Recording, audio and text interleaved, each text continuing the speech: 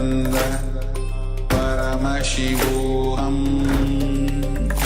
Om Nithyananda Paramashivoham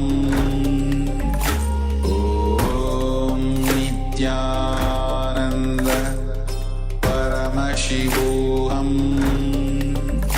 Om Nithyananda Paramashivoham Om Nithyananda Paramashivoham Om Nithyananda Paramashivoham Om Nithyananda Paramashivoham Om Nithyananda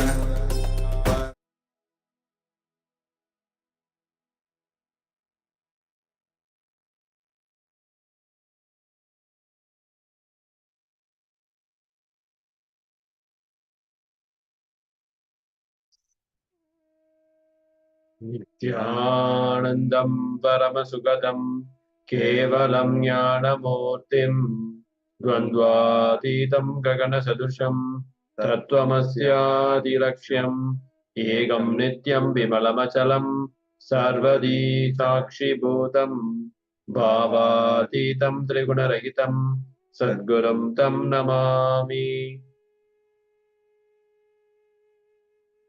Welcome you all for the Day 7 program of Paramashivoham Level 2.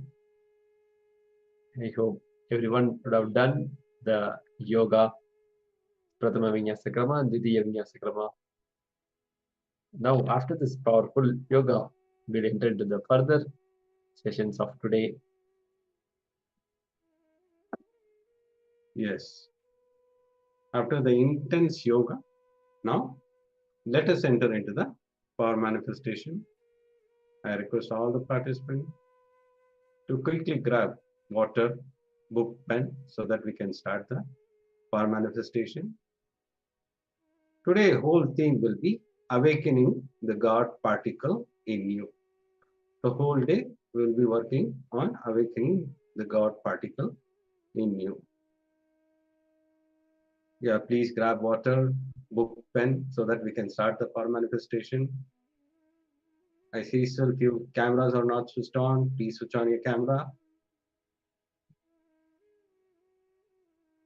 I give few minutes. Please come and settle down so that we can start the power manifestation.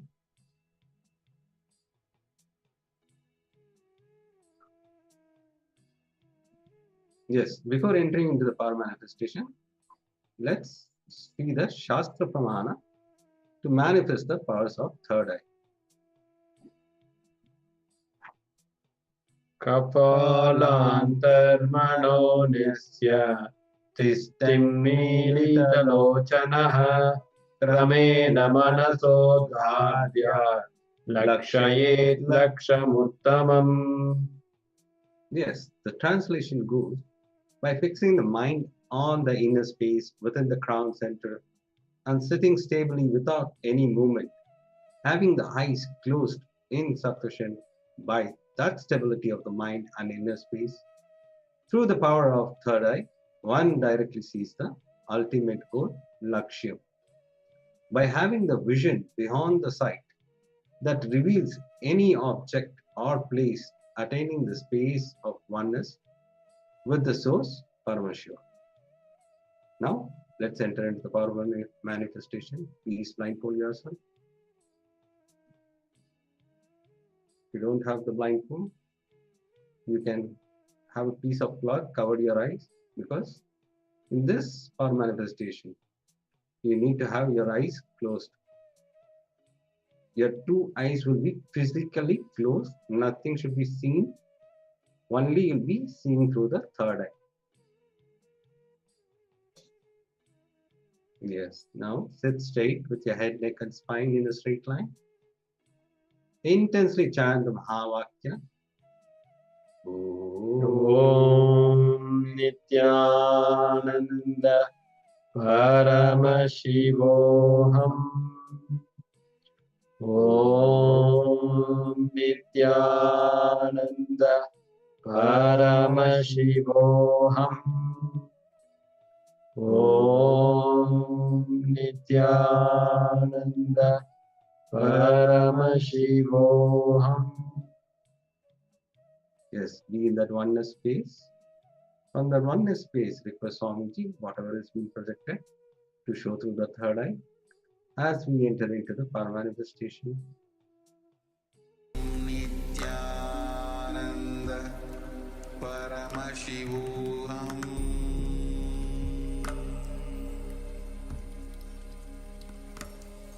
Om Nithyananda Paramashivoham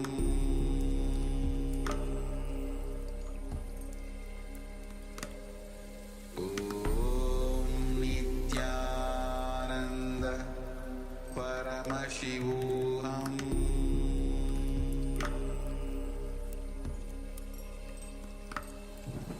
Om Nithyananda Paramashivoham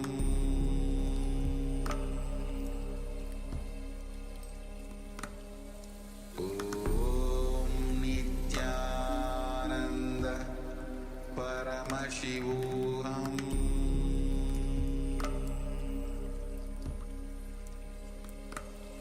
Om Nithyananda Paramashivoham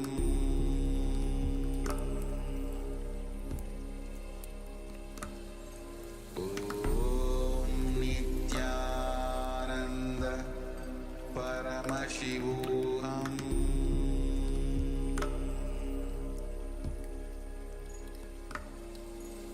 Om Nithyananda Paramashivoham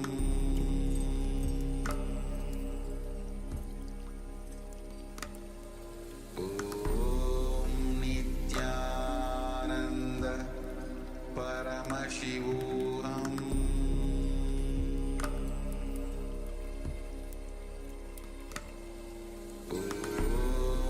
Nithyananda Paramashivoham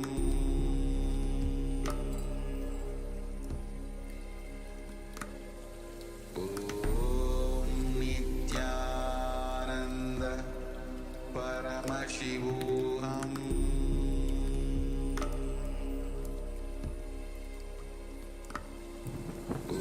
Om Nithyananda Paramashivoham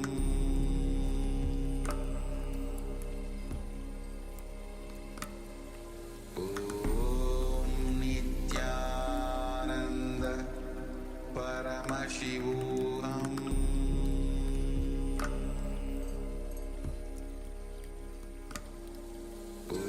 Om Nithyananda Paramashivoham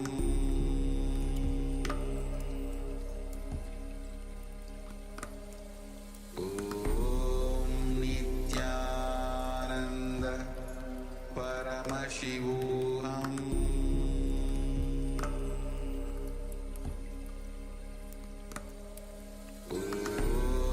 Nithyananda Paramashivoham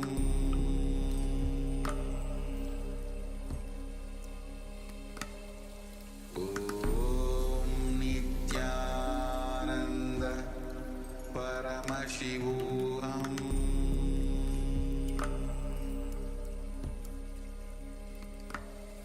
Om Nithyananda Paramashivoham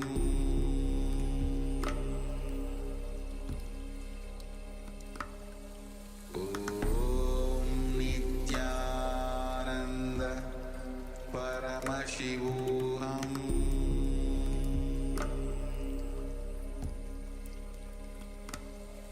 Om Nithyananda